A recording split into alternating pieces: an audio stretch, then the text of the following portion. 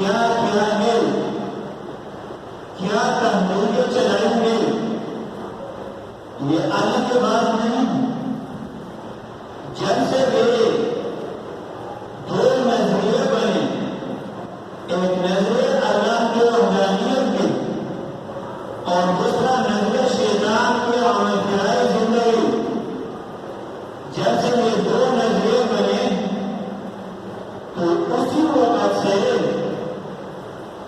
ہر ایک مسلمان قوم جب آیا ہے، چاہے اس کا نبوت کا درجہ ہو یا نبوت کے متبعین کا درجہ ہو، تو ہر وقت تبلیغ کے لیے آزادی دی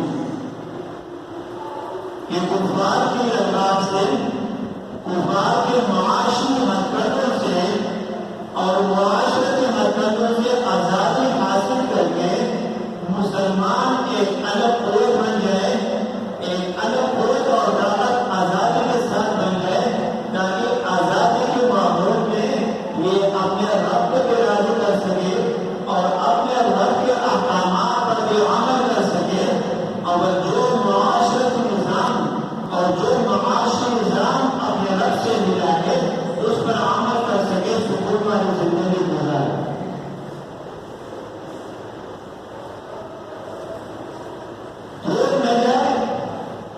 اپنے نبی کریم صلی اللہ علیہ وسلم کی زندگی پر نظر ڈالی۔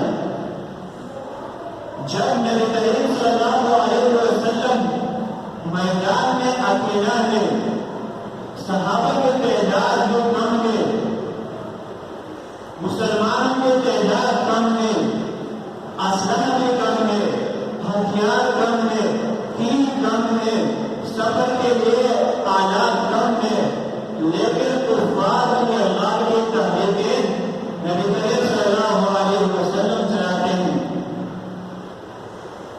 جب مکہ معظم میں کفار کی طاقت زیادہ ہے، مسلمانوں پر ظلم کی بربریت ہے، تو نبی کریم صلی اللہ علیہ وسلم کو ہجرت کا حکم ملتا ہے، اور اسی ہجرت کا حکم ملنا اسی بنیاد کے پر ہے کہ کہیں دوسری جگہ پر نبی کریم صلی اللہ علیہ وسلم چلا جائے، وہاں پر اپنی طاقت کو مضبوط کر لے، اپنی تحریک نبوت کو اور تحریک آزادی کو مضبوط کر لے، اور ہوا بھی ایسا جب نبی کریم صلی اللہ علیہ وسلم نے مدینہ منورہ تشریف لے گئے، وہاں پر ایک منظم تنظیم نبی کریم صلی اللہ علیہ وسلم نے بنائی، صحابہ کرام کی جماعت بن گئی، مسلمانوں کی تعداد بھی زیادہ ہو گئی، تو اسی بنیاد پر تحریک منظم ہو گئی، تو اللہ کے شاہوں نے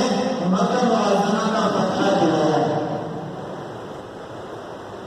اور مسلمانوں کو نبی کریم صلی اللہ علیہ وسلم کی جماعت کو مکہ معظمہ میں آزادی مل گئی، اور آزادی کے ساتھ عبادت کرنے میں اور شریعت کا نظام حاصل ہو گیا۔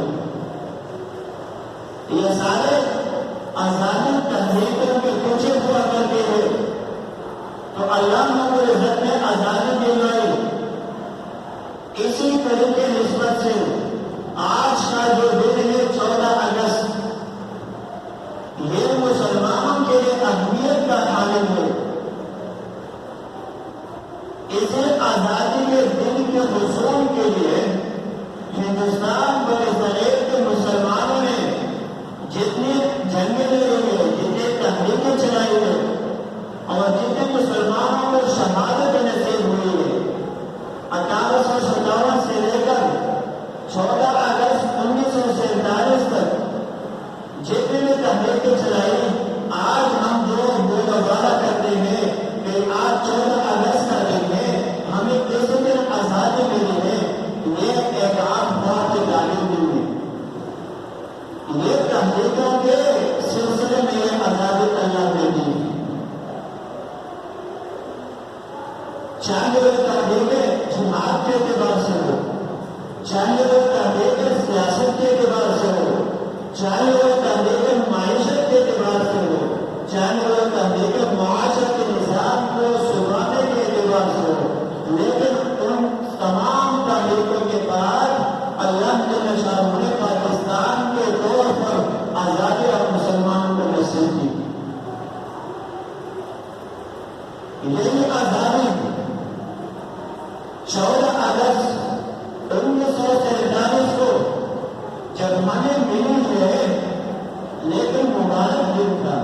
وہ کیسے؟ اسلامی تاریخ کے اعتبار سے ہے کسی کو پتا؟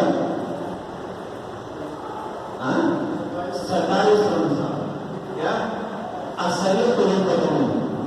اکثریت کو اسی مبارک دن کا بدلی کیونکہ ہم صرف پڑھاتے ہیں اس کے 14 27 رمضان کو نہیں پڑھاتے کہ اللہ نے اس آزادی کو مسلمانوں کے لیے پاکستانیوں کے لیے 27 رمضان مبارک کر دی.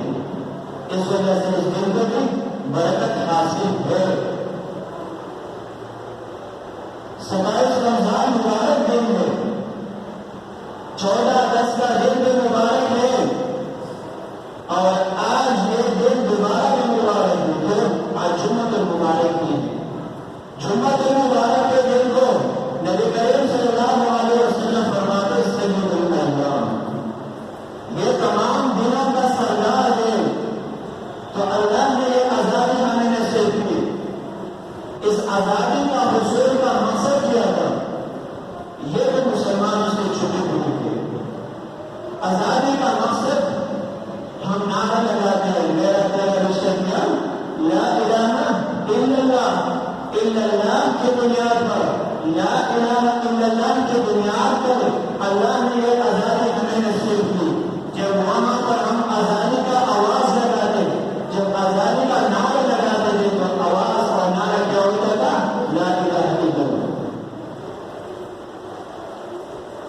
اس لا الہ الا اللہ کے آزادی کے نعرے کے اعتبار سے مسلمانوں نے کتنے پورا کر دیا. آج مسلمانوں کے مورخین اور خصوصاً میڈیا یہ ہم سے چھپا رہے ہیں. ایک انگریزان ٹامسن اپنے کتاب میں لکھتا ہے جب میں دہلی کے چاندنی چوک پر گزر رہا تھا تو مجھے مسلمانوں کے لاشوں کی بدبو محسوس ہوئی. جب میں گزرا وہاں سے تو میں نے دیکھا ہندوستان کے مسلمانوں کے علماء کی لاشیں ہر ایک درخت کے ساتھ ابزار ہے. ان پر شراب لگایا جاتا ہے اور اس شراب لگانے کے بعد ان کو آگ لگایا جاتا ہے. یہ جو آزادی کی تحریک کے قریب ہو آزادی کی تحریک کی بنیاد پر مسلمان اور مسلمان کے علماء کرام کو شہادت نصیب ہوئی اور شہادت کے بعد یہ آزادی ہمیں ملی ہے. لیکن آج ہم مسلمان آزادی کے باوجود ہم مملوک ہوئے. آج مجھے مملوک ہے یا نہیں؟ آزادی ملی ہے آزادی ملک ملی بھی ہمیں. آزادی کے منظور نہیں. آزادی کو ہم اول کے دن سے ہم اس آزادی کو مناتے ہیں لیکن آزادی کے اسباب کو ہم نے پیچھے چھوڑے ہوئے اور ان اسباب کو ہم نے چھوڑ کر آج اس وجہ سے مسلمان پاکستان میں موجود نہیں. کسی پر اعتراض نہیں نہ کسی پر تنقید ہے. تنقید حالت ہے تو ہمارے اپنے اعمال کی وجہ سے. آج مسلمان مغلوب آج پاکستان میں مسلمان مغلوب اور کمزور پر ہوتا جا رہے ہیں. کیوں؟ اس وجہ سے کہ جس مقصد کے لیے ملک کو حاصل کیا تھا وہ مقصد ہمیں پیچھے چھوڑ دیا. اسی مقصد کو وہی اول سے ہمیں اپنایا نہیں ہے. اس پر ہم نے عمل نہیں کیا. مقصد یہی تھا کہ اس ملک میں حکومت کے حالات سے ہوگی اللہ کی نشان ہوگی. اس ملک میں قانون کس کا چلے گا اللہ کے نشان ہوگا. اس ملک میں شریعت چلے جس کے نبی کریم صلی اللہ علیہ وسلم کی. لیکن نہ حکومت اعلیٰ کو ہم نے اپنایا نہ اللہ کے قوانین کو ہم نے اپنے حکومت نظام میں اس کو داخل کیا نہ ہم نے شریعت نبی کریم صلی اللہ علیہ وسلم کے ذریعے پر احکامات کو جاری کیے. آپ ہمارے پیشانوں پر ہر طرف پریشانی نظر آ رہی ہے. کیا ہے یار کیا کرے پاکستان معاشی و نام کو دے کر جو حکومت آ گئی ہے تو اپنے معاشی پالیسی کو کہاں سے جوڑتی شریعت سے نہیں جوڑتے اللہ کے احکام سے نہیں جوڑتے. IMF سے جوڑے گی امریکہ سے جوڑے گی برطانیہ سے جڑے گی، فرانس سے جڑے گی، جرمن سے جڑے گی، چین سے جڑے گی، بس معاشی پالیسیوں نے ہمارا نظر قدم کو بالکل نہیں کرے. معاشی پالیسیاں اپناؤ، شریعت کے سکون ہوگا، امن ہوگا، خوشی ہوگی، رزق میں برکت ہوگی، معیشت میں برکت ہوگی. جو بھی آتا ہے پیشہ میں نشے کا پر چلتا ہے بولے خزانہ خالی ہے، کسی پر رد نہیں، لیکن اپنے معاش و غلامی کو دیکھنا ہے. اور دوسرا مسلمان مخلوق وجہ یہ ہے کہ مسلمان نے اپنا کام چھوڑا ہوا ہے. نبی کریم صلی اللہ علیہ وسلم فرماتے ہیں آخر زمانے میں جب بدکاریاں عام ہو جائے گی، قتل و غارت عام ہو جائے گی، زنا عام ہو جائے گا، ناقدر میں کمی ہوگی، تو مسلمانوں سے معاشرے کی آزادی چھین لی جائے گی اور ان پر مختلف عذابات مسلط ہوں گے. آج ہم کہتے ہیں ناقدر میں کمی ہے یا نہیں ہے، ناقدر میں بھی کمی، اس کے بدلے میں ہمیں اللہ نے کیا مسلط کیا، کھانے چڑھنے پر آپ کو مسلط کر دیا.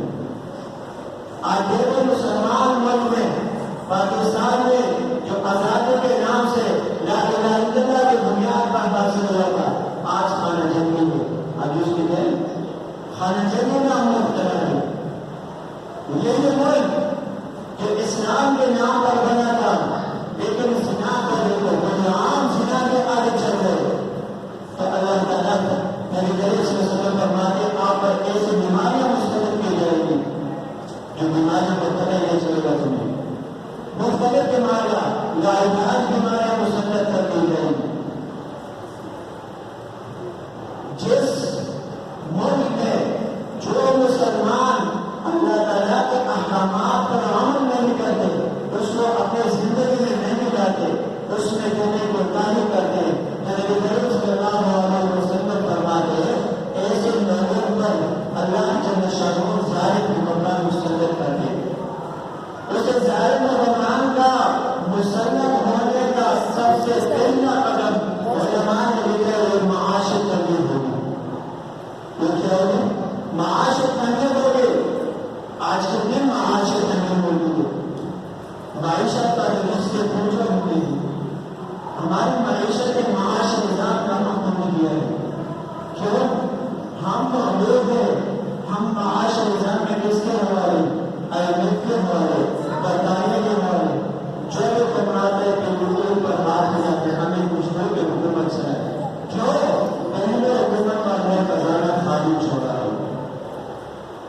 یہ سارے نبی کریم صلی اللہ علیہ وسلم فرماتے اعمالکم اعمالکم، یہ آپ کے اعمال کا نتیجہ ہے. ہر ظالم حکمران آئے گا تو کس کی وجہ سے؟ ہمارے اعمال بدعمالیوں کی وجہ سے آئے گا.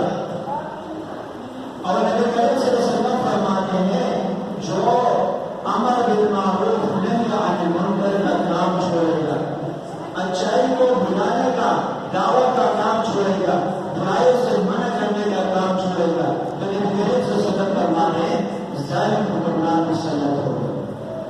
یہ حالت ہے ہماری، یہ ہماری حالت ہے. آج ہماری آزادی وہ ناموں کو صرف رہ گئی ہے، ہماری آزادی ناچ گانوں کو لے گئے، ہمارے آزادی پینے بجانے کو لے گئے. آزادی کا مقصد ہم مانگے، آزادی اللہ نے شکرانے کے طور پر اللہ کی عبادت کریں. آج ہمارے نوجوان آزادی کے پیچھے آزادی نہیں جلنے لگا، جلنے لگا محبت کرو. اسے جلنے کا کوئی برے نظروں سے دے کہ اس کا قدر کرنا چاہیے. ہمارے آزادی کے جھنڈے کو، کیونکہ یہ مبارک جھنڈا ہے پاکستان کا، علماء نے اس کو بنایا ہے. یہ پاکستان کے جھنڈے کے ڈیزائن مولوی احمد نے دیے. اس پاکستان کے جھنڈے کو سب سے پہلے علامہ شریف احمد عثمانی نے نبھایا.